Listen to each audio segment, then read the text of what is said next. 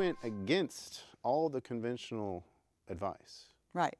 that says he who represents himself has a fool for a client. Right. I got that joke a lot today in court. Yeah, you went against that, and you decided to march into Houston Municipal Court on the same day that Michael Watts represented himself to an acquittal Yeah, I'm in seeing federal a trend court. here. I see a trend. You had the great weed caper of 2016. I know, it's uncanny. And it had nothing to do with pot. I know, isn't that weird? It had to do with weeds in a ditch in front of my house. I don't own a weed whacker or a lawn mower or whatever. Any kind of lawn maintenance device. I don't do lawn maintenance.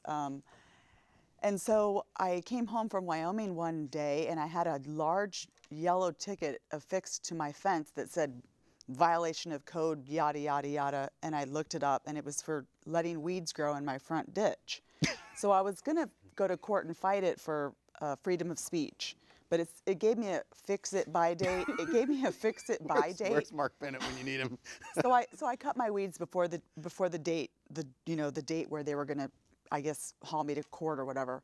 So I thought it was done. Well, then I get another citation in the mail, and not only that, someone had ripped weeds from my ditch and put it in my mailbox. And I thought, who walks around that angry over people's yards that they have to do that? And so I set the case for trial by jury, which is my right in municipal court. And I walked into court, and people were shocked to see me there because I don't really go there a lot.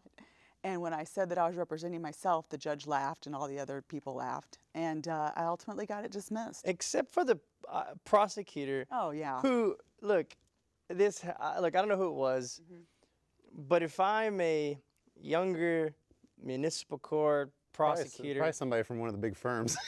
And if I saw Emily Detoto walking in and saying she's going to defend herself, I'm just going to cut the case. I'm going to say, no, I don't think they knew, I don't think maybe the prosecutor knew who you were walking in there. He didn't. And you know what, he might as well be glad that he dumped that case because I would love to have seen how you would have tore that man to shreds. I was ready.